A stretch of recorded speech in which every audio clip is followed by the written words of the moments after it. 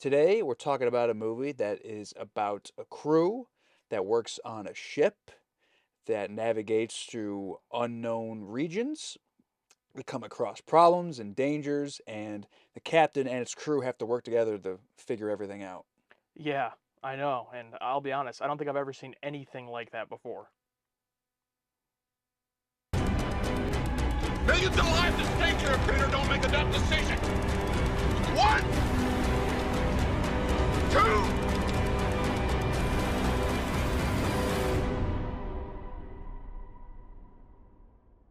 Crimson Tide from 1995, directed by Tony Scott, starring Denzel Washington and Gene Hackman, and written by Michael Schiff, but this film actually has an uncredited writer, and that is Quentin Tarantino. He was given the script to the film to kind of punch it up, I guess. And from what I read, it said that a lot of the more pop culture related dialogue in the movie is from him, but he was not credited. This is 95, so he would have done like Reservoir Dogs and Pulp Fiction by this time, Yeah, right? yeah, I believe Pulp Fiction was 94, yeah. So after they saw Pulp Fiction, they're like, we got to have this guy write our script, or at least touch it up. Yeah, I looked at the other two script writer, screenwriter, story by, and like one of them has like worked on the Call of Duty games and stuff. So I feel like he was like more like the war guy, and the other credit was the story by. So maybe he wrote the book. So my guess, if you look at this movie, like from just like a blueprint state, this could have been a very boring war movie. So you can tell that they like we need some spice in this dialogue. We need some tension with these characters, and like if there's anyone you can like hand a script to like revise and like make it modern with references and just create tension, it's Quentin Tarantino. So you can definitely we found that out after the fact, and after thinking about it, it's like yeah, you can definitely tell that he touched this up, and it just makes me want a movie with Denzel and Quentin Tarantino. Yeah, it never officially has happened. Never has happened. Doesn't that suck? Yeah, and probably will never get it. Maybe in He's his got last one film. more. Yeah. He's got one more, but also director Tony Scott. He directed True Romance. I don't know if you've ever seen that one. We'll put it on the list. And Top Gun, which you've also never seen. Nope, Yeah, nope. yeah, legendary Hollywood director. Top Gun's a classic. We're gonna put that on the list too. I like to think that our patrons know what we like. It's been mostly hits with some misses so far. But looking up this one, I was like, oh no, a war submarine movie. I don't know. And that's all I knew about it. So I'm like, I don't know about this because that's like not my thing. And I'm glad to say I really enjoyed the movie. Oh, I thought it was great. Yeah, it was fantastic. For a 2 hour plus runtime, I think it really flies by, and it's kind of an isolation movie on its own. We really don't see any of the Russians really. I mean, we see some stuff in the water with like the other submarines going on, but for the most part, it's just all stuff that's happening inside the ship and just like these heavy dialogue scenes or these heavy tense scenes where like just sitting in my chair, I'm like, oh God, and it's funny, like looking at it, like overall, like obviously, spoilers if you haven't seen the ending. It's like they didn't, we didn't shoot the missiles off because obviously, if they did shoot the missiles off, just watching the movie, you kind of know it's not going to be that kind of movie where like the whole world ends and that's it. Yeah, So yeah. you kind of know it's like looking like in hindsight, it's like yeah, well, it was obvious that they didn't send the missiles, but it's like the movie did such a good job of creating tension of just with stuff within the ship where it's like you're able to suspend your disbelief where it's like maybe it did happen. But, Yeah. I mean, yeah, and I would say in like 95% of movies, you know that everything's going to be okay to some extent at the end, but it's about can it make you buy into that tension during it, and this one definitely did. My two favorite things about the movie are the overall tone of the tension that you feel and the performances. We mentioned Denzel and Gene Hackman, who are the two leads of the movie, but this thing is stacked. yeah, we got Viggo Mortensen, James Gandolfini. Even if everyone's not like a big mainstay actor, I feel like everyone nailed it out of the park, and everyone was interesting. No one was really like, oh, that's the so and so character. Like everyone had a little bit of intrigueness to them, where it's like, okay, I can see all these as real people and not just cogs in the wheel. And they all interact with each other. There's all little like they're fighting over the Silver Surfer. Well, I said that the Kirby Silver Surfer was the only real Silver Surfer, and that the Mobius Silver Surfer was shit. Yeah, and they do a great job with the characters and giving them all their little quirks and enough to where you care about them, even though you're not going to get to know all of them on a deep level individually. Now, everybody that reads comic books knows that Kirby's Silver Surfer is the only true Silver Surfer. Now, am I right or wrong? You're right, sir. All right. So beyond Denzel and Gene Hackman, you just have this crew of people that each probably get 5 to 10 minutes, and they all do their part to make that great, even down to the younger guy who's working on the transmission communication box. The two we mentioned, Vigo and James Gandolfini, and everyone else on the crew too. There ends up being a few casualties in the movie that uh, did emotionally hit me a little bit. They were definitely well done. Please get the fuck out! Acting all around in this movie was great. And when you have an isolation type movie like this one is, I'd say 85% or so in this submarine, you need that. Like, you don't have much else. It's just performance based, and luckily they had an amazing Yeah, cast. this could have been like the worst movie ever. Or not the worst movie ever, It's- but like yeah, long, slow, and boring. yeah, Yeah. you know what I mean? It's like it needed that good solid human chemistry. Those interactions, those implosions of personality and conflict and past, and just even like when they take the moment to slow, like one of my favorite scenes is like when they're waiting for the transmission and both Gene Hackman and Denzel just sit across from each other and it's like world's about to end and they're just like, Did you ever see those Lippinzahner stallions? From Portugal. They're from Spain. But they are from Portugal. The movie is also beautifully scored by Hans Zimmer, the legend. Everything he does. yeah, I don't think he needs our seal of approval, but he has it in case he's wondering. Yeah, in case anyone's In wondering. case anyone's wondering, Hans Zimmer, you know, the legend.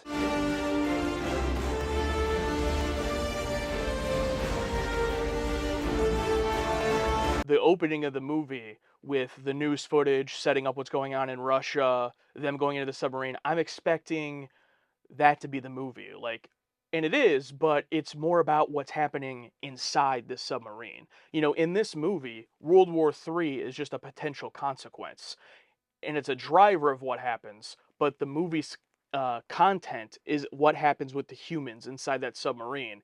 And that's why it's I think one of my favorite war drama or war themed movies, because I'm not someone who has any experience in any armed forces or service. Don't know much about war history. I know the basics, that you get through high school with. Haven't studied a lot of it. I'm glad that it was more of a character story, because I can get into a character story about anything, about any topic, if the characters are good and entertaining. How do you feel about like the news opening, like just laying out the whole, I mean, obviously I know you personally, I know you'd prefer that over like a text crawl per se. Sure. I mean, yeah, I feel like a lot of movies have done the news opening where it's like it's almost becoming cliche almost. Like I remember like Jurassic World 3 opened with one of those. I would say it definitely is a cliche. But this movie was made in 1995, so it's like it's fine. Yeah. It was my answer. It's fine. TV was just invented, so it's TV was just invented, yeah. When you're dealing with this type of material, it makes more sense than others. Like I always kind of rag on the Dawn of the Planet of the Apes opening with the news montage, or like Jurassic World 3. Like they have like a news montage opening, and it's like you're dealing with fucking dinosaurs. It's like come up with something more creative.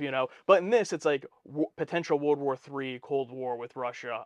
Yeah, that makes sense. yeah, there is going to be a news report about that for sure. I was almost worried it's going to be about the entire war. Yeah, exactly. It's like, oh god, but it's just this one isolated incident. One of my favorite isolated war incident movies, Overlord. Overlord, yeah, I never saw it, but I know what movie you're talking about. Oh, I love that. I saw it like 3 times in theaters. I own it on Blu-ray. It's a great movie, but that's one of those examples of just an isolated war movie with like one mission. And I like this because this is just basically just one mission. I mean, this mission is the entire state of the world, but hey, it's not like we're not watching a submarine go to every single Russian naval base or something. You know what I mean? It's like, did we get the transmission or not? That's it. That's the whole story.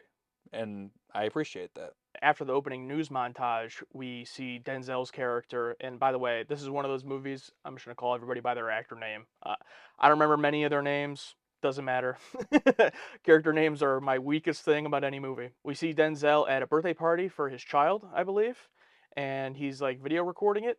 And then he kind of sees the news on TV and then gets called in and just called in. It's like, oh, that sucks. And that didn't really, I feel like that's one of those things that doesn't soak in when you're first watching because you're just getting to learn what's going on. So you're like, okay, this guy's at a birthday party for a kid, whatever, blah, blah, blah. Oh, now he's in the Navy. Like, but thinking back, I'm like, oh man, that really sucks. Like, he's at home, you know.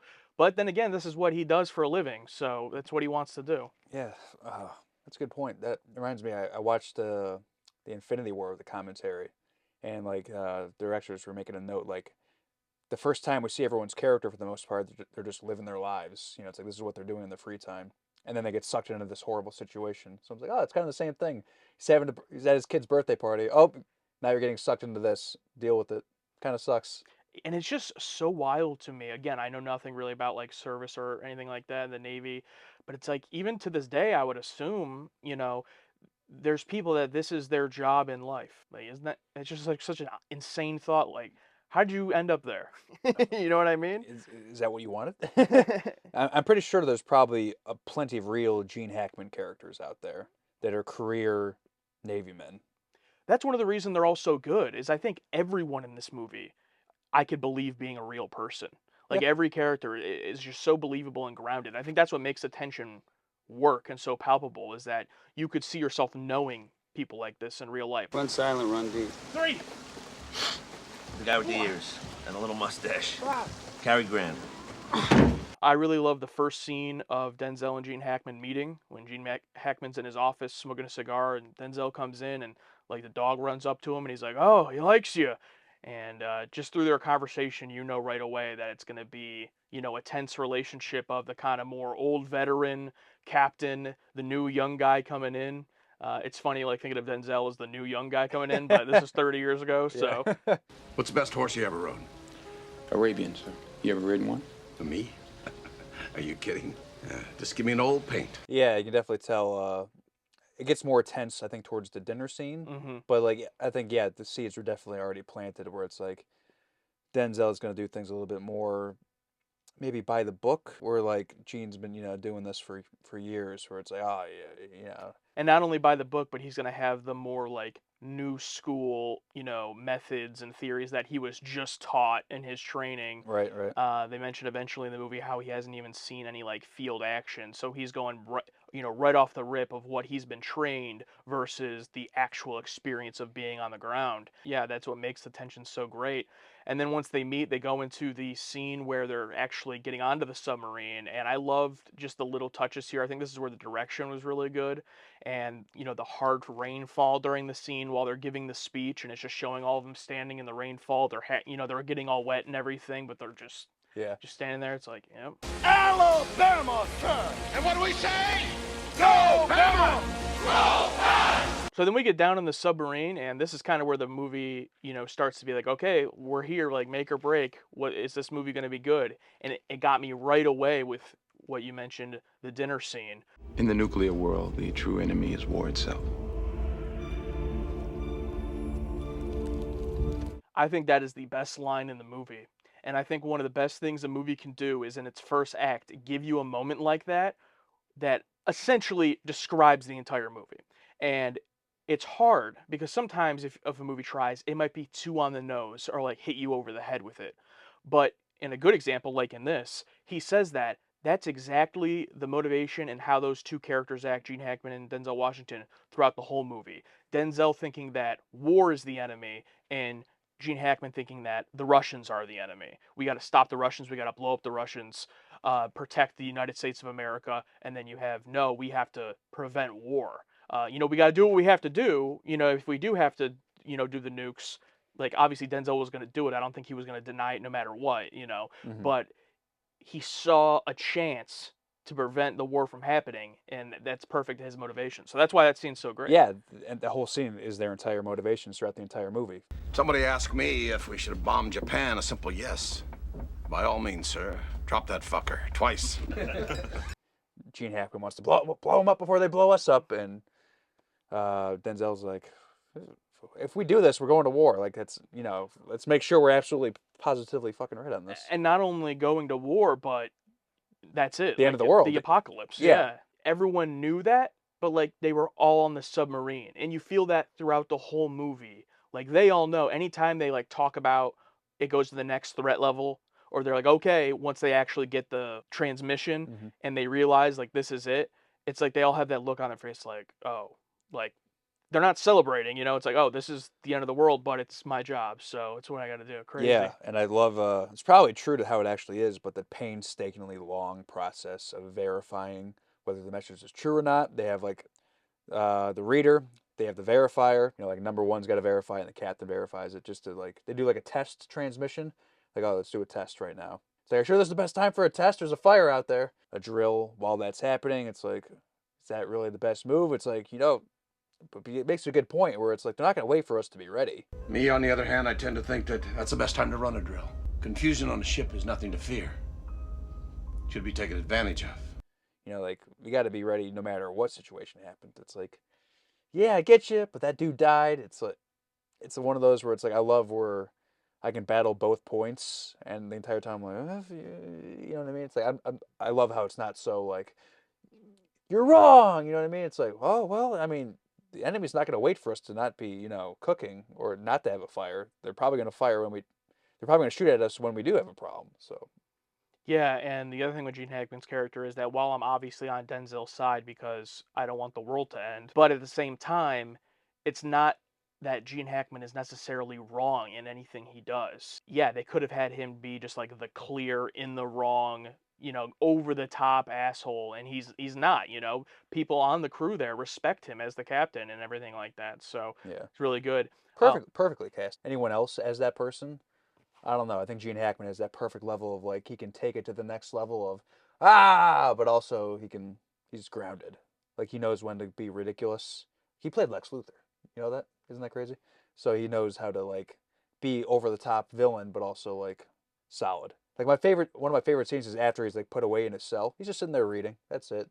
He's not like, let me out of here. You know what I mean? The Dutch angles in this movie were crazy. So many Dutch angles. Yeah, there were a lot of Dutch angles, yeah. Like, I was even like reading the letter. I'm like, it probably makes sense because they're on a submarine to make you feel a little bit more off-kilter, claustrophobic, seasick, I do like that, but yeah, there were a couple times where I'm like, oh wow, that's a lot of them. You repeat this order, or I'll find somebody who will. Cobb, escort the captain to his stateroom. I'm assuming command. You're not assuming anything. So when this happened, I was like, oh wow, I wonder if Gene Hackman will be in the rest of the movie. Where does it go from here? And then all of a sudden, this is when I think the movie went to the next level. James Gandolfini going to the captain in his quarters to mutiny back over Denzel. double mutiny. Yeah, and that's when I was like, oh, no way. That's when it kind of clicked of what this movie is for me. And I'm like, oh, okay. It's going to be these two kind of rival factions forming amongst this crew. Denzel's and Gene Hackman's, and who's going to prevail, basically. And that's where it really picked up, and I really liked that. Yeah, that was super fun. We made the joke while watching it. Like, what if this was like, it never would happen. But what if this movie went full out of left field where they just formed this like time paradox loop where they're just stuck in hell, constantly taking over the ship from each other while the rest of society moves on, and like it would cut to the real world and like, oh, those two submarines were never seen again. How could this happen? Two submarines lost in time? But no, but I do love the whole like just double mutiny. And the key to be able to pull off that double mutiny to get back in power is Viggo Mortensen. Peter, think about your family, man. I am. And they tell him, they're like, the captain said we won't do it without you. And he's against it at first. He's like, nah, guys, come on. We can't do this. And they're like, think about your family. They basically like manipulate him into it. Yeah. But you can tell he's like right on the edge, like does not want to be doing it. And there was a scene earlier with him and Denzel where they kind of had a moment together talking about the captain. So it kind of set that up and you knew he didn't want to turn. Viggo was great. Everyone's done their part, and it gets to Viggo Mortensen, and he's just staring at, he has the key, and he's just staring at it. And this is when the captain goes full unhinged. He's going to manual override it, yeah. Puts the gun up to his head because Viggo's the only one with the code, the combination, which is kind of like silly. What if he died or something? Yeah, they have that great double verification with the code reader or the code breaker or whatever, but it's like, only one guy knows the two locks for that. It's like, I feel like there should be a double verification for that too. Yeah. You know what I mean? That'd make a little bit more sense. Convenience, I guess. Yeah. But I think the scene still works because it's like, oh, okay. Then it goes to the other guy. I'm going to shoot him. You're going to live with that on your conscience? I killed this guy? And probably one of my favorite scenes because the other guy just took it. He's like, Yeah, he was just ready to Yeah, die. it's like, oh, here we go. He probably thought that anyway if they're gonna, pull that trigger. The same guy that Denzel had his joke about the Silver Surfer thing. Like he's the guy who fixes like the communicator, and he makes the Star Trek reference. You ever watch Star Trek? Star Trek, you know, Star Trek and USS Enterprise. All right. We made the joke like he was like, "Hey, have you ever seen Star Trek?" And he's like, "Yeah, yeah." It's like, what if he said no? Hey, you ever seen Star Trek? No. Yeah. You remember when the Klingons were gonna blow up the Enterprise and Captain Kirk calls down to Scotty? He says, Scotty, I gotta have more power. He needs more warp speed. Warp speed, exactly. Us watching the movie, we would like to think our patrons are obviously aware of where we are in Star Trek, but in that moment, anytime I'm watching media now and Star Trek gets brought up, like he was like, "You ever hear of Star Trek?" I'm like, "Oh, Yeah. like when was this made? 95." I'm like, oh God, plenty of seasons of TNG has passed by now. Oh God, what are Yeah. they gonna say? Or he could be like, "Oh yeah, yeah." So I was like, but then it's just Captain Kirk and Scotty. I'm like, Yeah, okay, cool, okay. cool. And then they get the message, and it's that great tense moment of everyone just like standing there silent, waiting for the verification, and they're doing the codes. Message is authentic.